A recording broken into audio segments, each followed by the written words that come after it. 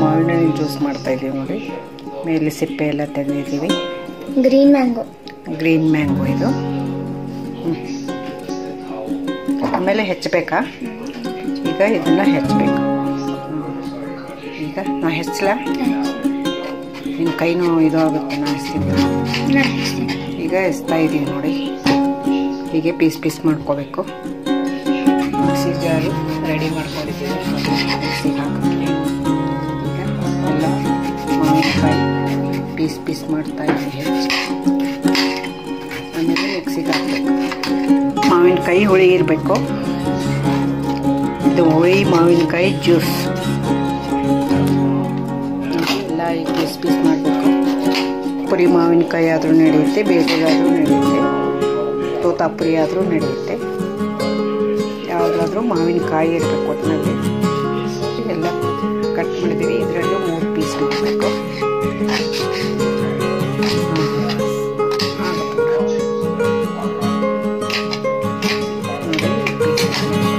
ಈಗ ಮಿಕ್ಸಿಗೆ ಹಾಕಿ ಮಿಕ್ಸಿ ಮಾಡಬೇಕು. ಸ್ವಲ್ಪ ನೀರು ಹಾಕಬೇಕು. ಸ್ವಲ್ಪ ನೀರು ಹಾಕಿ ಮಿಕ್ಸ್ ಮಾಡಬೇಕು. ಮೆಣಸಿನ್ಕಾಯಿ ಹಾಕಬೇಕು. ಒಂದು ಮೆಣಸಿನ್ಕಾಯಲ್ಲಿ ಒಂದು 3-4 ಪೀಸ್ ಮಾಡ್ಕೊಂಡು ಹಾಕಬೇಕು. ಖಾರ ಹುಳಿ ಚೆನ್ನಾಗಿರುತ್ತೆ. ಸ್ವಲ್ಪ ಉಪ್ಪು ಹಾಕಬೇಕು.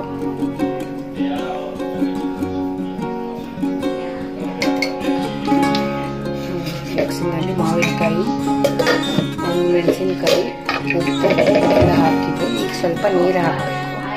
ಇದಕ್ಕೆ 1 ಗ್ಲಾಸ್ ಹಾಕಬೇಕು. ಎಷ್ಟು? ಅರ್ಧ ಗ್ಲಾಸ್. ಇಷ್ಟು ಚಿಕ್ಕ ಗ್ಲಾಸಿಂದ 1 ಗ್ಲಾಸ್ ನೀರು.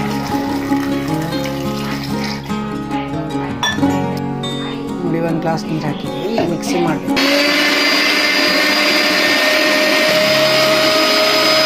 ನೋಡಿ ಹೀಗಾಗಿದೆ. ಇನ್ನೊಂದು ಸ್ವಲ್ಪ ಸಣ್ಣಗಾಗಬೇಕು. ಅದಕ್ಕೆ ಸಣ್ಣ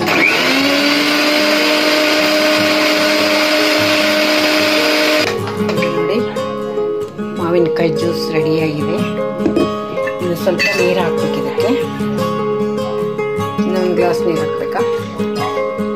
ಇನ್ನೊಂದು 3/4 ಗ್ಲಾಸ್ ನೀರು ಬೇಕಂದ್ರೆ ಜಾಸ್ತಿನೂ ಹಾಕ್ಕೊಬೋದು. ಇನ್ನೊಂದ್ಸಲ ಮಿಕ್ಸಿ ಮಾಡಬೇಕು.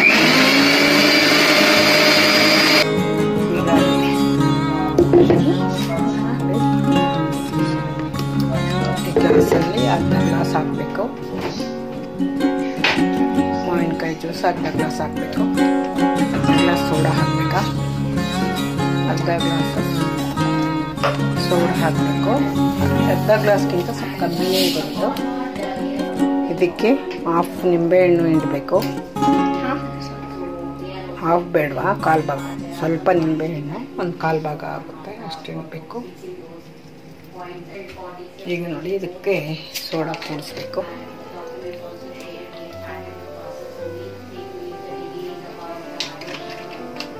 ನೋಡಿ ಇದಕ್ಕೆ ಅರ್ಧ ಗ್ಲಾಸ್ ಸೋಡಾ ಕೂಡಿಸಿದ್ದೀವಿ. ನೋಡಿ ಹೀಗಾಗಿದೆ. ಟೇಸ್ಟ್ ನೋಡ್ತೀನಿ.